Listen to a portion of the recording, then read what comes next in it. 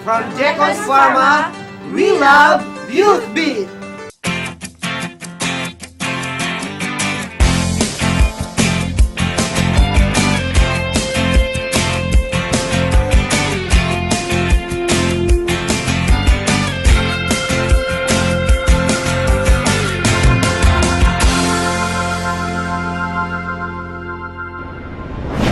Hay mga kabit, kasama ko ngayon ay dalawang kabataan na napagsasabay ang pag-aaral at ang pagtatrabaho. Here with me today is Faye and Edward.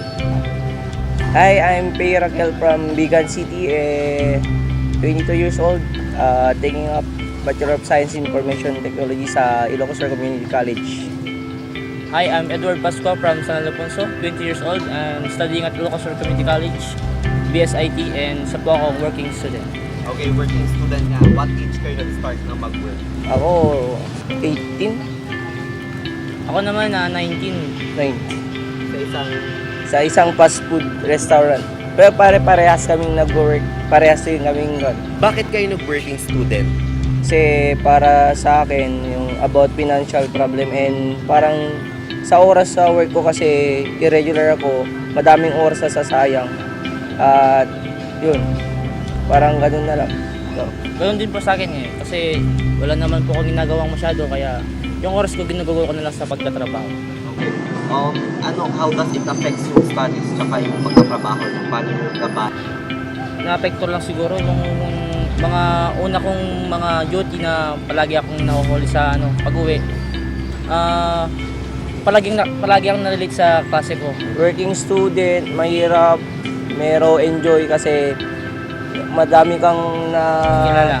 makikilala. Bale yung fast food na na-enter namin, sila naman yung parang minamanage yung time namin kung what time pagkatapos ng klase, doon kami nag-start ng work, ganun din. Parang sakto-sakto lang sa amin, pero mahirap lang pag sa puyatan, di ba? Sa closer. Kasi lalo na sa akin kapag closer ako, mga 11 kami natatapos o kaya mga 12 ganun. Kasi tapos yung class namin maaga pa, mga 7:30 ganun. So, may mga problems ba tayong na-encounter sa pagpasok niyo sa work? Sa akin, parang takot ako sa una, takot ako sa mga customers baka kasi mapagalitan, di ba? Sa mga masusungit.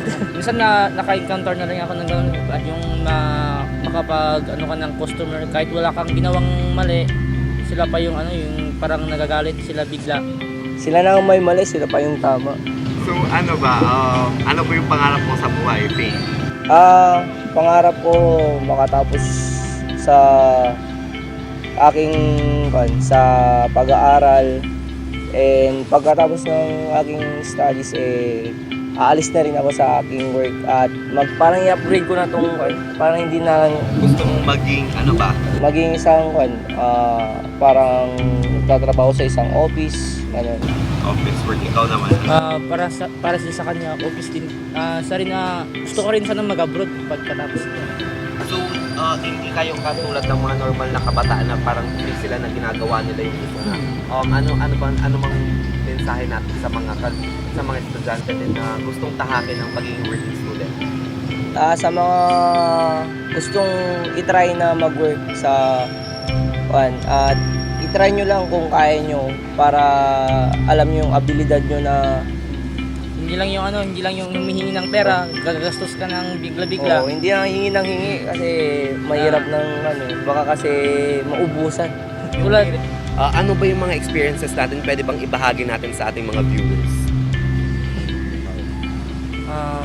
minsan ako nakatapon din ako ng yung binili nilang pagkain nila. Medyo namurahan lang ako. Minurahan ako, pero as a crew, kailangan mo pa rin magpakumbaba kasi crew ko pa rin. Okay. So, aside from that, ano ba yung most unforgettable na experience natin sa pagtatrabaho? Yung mga customers na nakakakilala sa'yo na, uy, ikaw, si Pay, si Kuya Pay, ganito. Si Pay, kahit mga doktora, kilala ka Dun.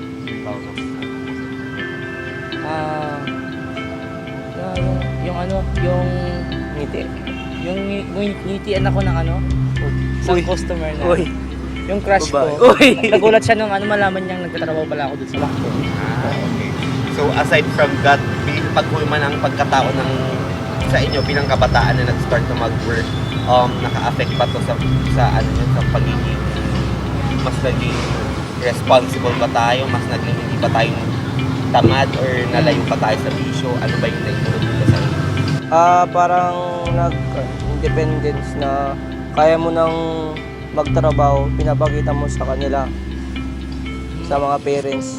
Ako naman natuto akong magtipid ng pera kasi ngayon ko lang naisip yung yung halaga ng pera na pinagtatrabuhan mo. Mahirap yung gasto ka ng gasto. May mensahe ba kayo sa mga kabataan na gustong tahakin ang pagiging working student? Para sa mga katulad namin na working student, estudyante, gusto maging Working student. working student. Hindi hadlang yung kahirapan o yung talaga katayo natin sa buhay. Kung gusto nating mag-aral, pwede tayong magtrabaho habang nag-aaral. Try nyo lang kasi hindi naman kasi madaming pumipigil sa inyo mga parents nyo. Parang i-try nyo lang, para wala namang nawawala eh. At least yung pag nagkasahod ka na, may sarili ka ng pera. Kala mo na nga mabibili mo lahat ng pag may pera ka na eh. Pero kukunti lang pala yun. When it comes to financial, may sahod kayo pero enough lang ba to for Sa akin, enough kasi yun, may binabayaran na yung parang motor, ganun. Kasi kailangan mo naman ng transportation papunta ng trabaho. At nagbibigay rin ng konti para sa parents. Ako din minsan yung pera na parang sakto lang sa akin.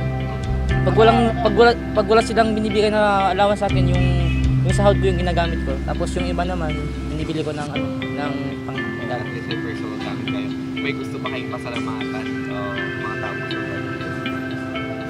Ako sa mga kaklasmate ko, BSIT 3. BSIT 3 and 4. Kasi regular ako eh. And hello to Eliza Olivas, happy birthday. Also, and to Phil Marie, I love you. Parents in their financial responsibilities, ganyan. So pagbutihin ninyo at